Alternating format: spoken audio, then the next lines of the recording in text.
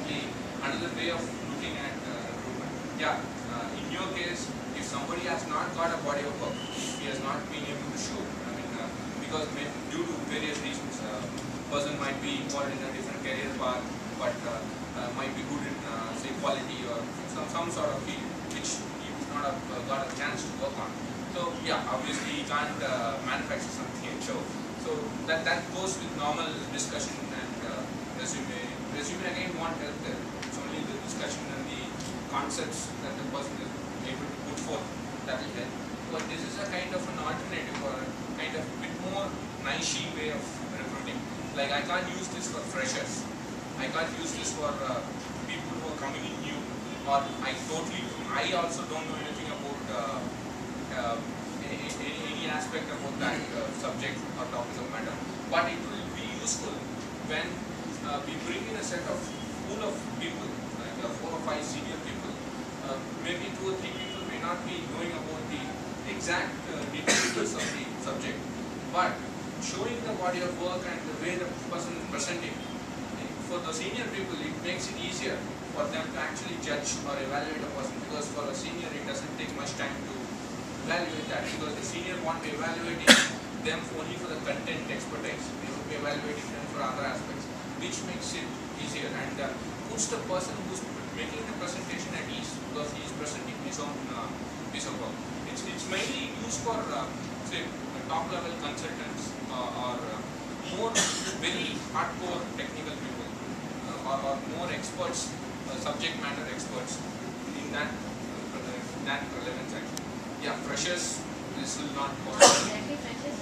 Yeah, somebody who's, for example, if we want to become a manager, if we've been different career path, technical path, suddenly you want to become a manager, and you go with, you can't use this. There won't be anything to show. For managers, there is no body of work to show. You can't put a senior and say, I have led 2020. It won't work. It has to be via interview. This is only for people who are in the business of doing something, like creative business, or where actually they are instrumental in doing something.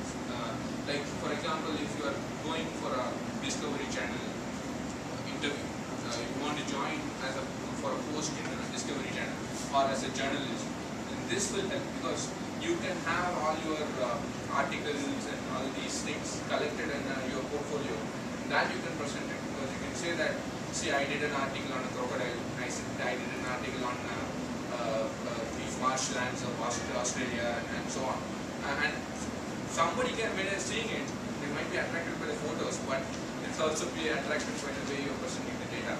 That can help. So yeah, your point is.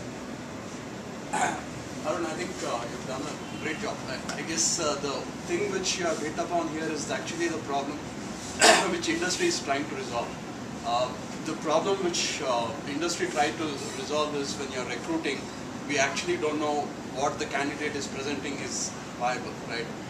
So the industry as a body, software making body, what it tries to do is to kind of create something called a profile, and that is what you see in your LinkedIn and stuff like that. So what you do is you create a LinkedIn profile and use that profile and try to get your superiors or subordinates to vouch for you, and that is what you present to the people outside, and so that they can look at you and present. So one thing which is a huge, what you call as a portfolio for me in an industry term is actually called a profile. Okay. So what actually happens in the real world scenario is, if suppose I want to show my body of work to somebody who's an outsider, my company will not allow me to do that. There is something called an IP which I hold. That IP actually is a resistance which doesn't allow the company which I actually sign, saying that I won't disclose whatever I do in my company, and that is what will be protected, so I won't be able to. Other than that, whatever you are describing in terms of saying we can put a blog, we can put videos and all that, that is all exactly what the industry is going through. The only point of disconnect in that sense is your existing company. If you are not a consultant, if you are working for a specific company, looking for a similar path, you're not changing your industry, you're looking for the similar path, your existing company or the previous company will not allow you to put your right? It might vouch for you. Your boss will not allow you to put your code there. Right? So that's one of the. Yeah, You call it portfolio, but it's fantastic. It's the same problem which I used to try to get to resolve, but we didn't get far because of the yeah, I mean, kind of going into way how you as software professional and those people usually, I mean, go about doing things, the people in the West, they're a bit more mavericks in nature than our type of working. We are a bit more secure and closely connected with the organization, and we go within a set structure, but there it's a bit more spread out. There are some technical professionals who are on their own, contractors.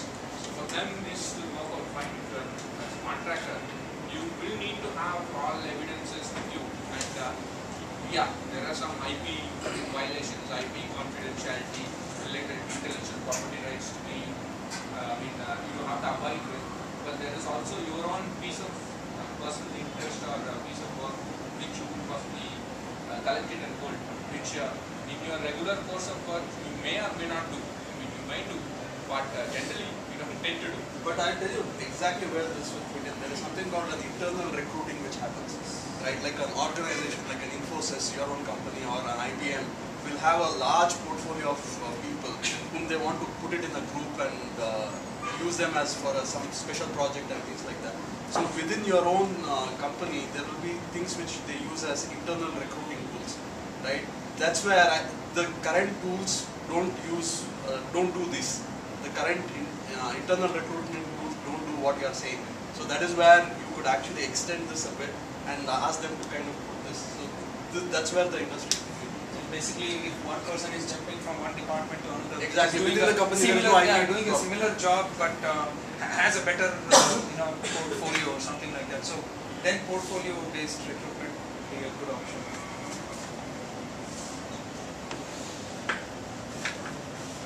Any more observation on this?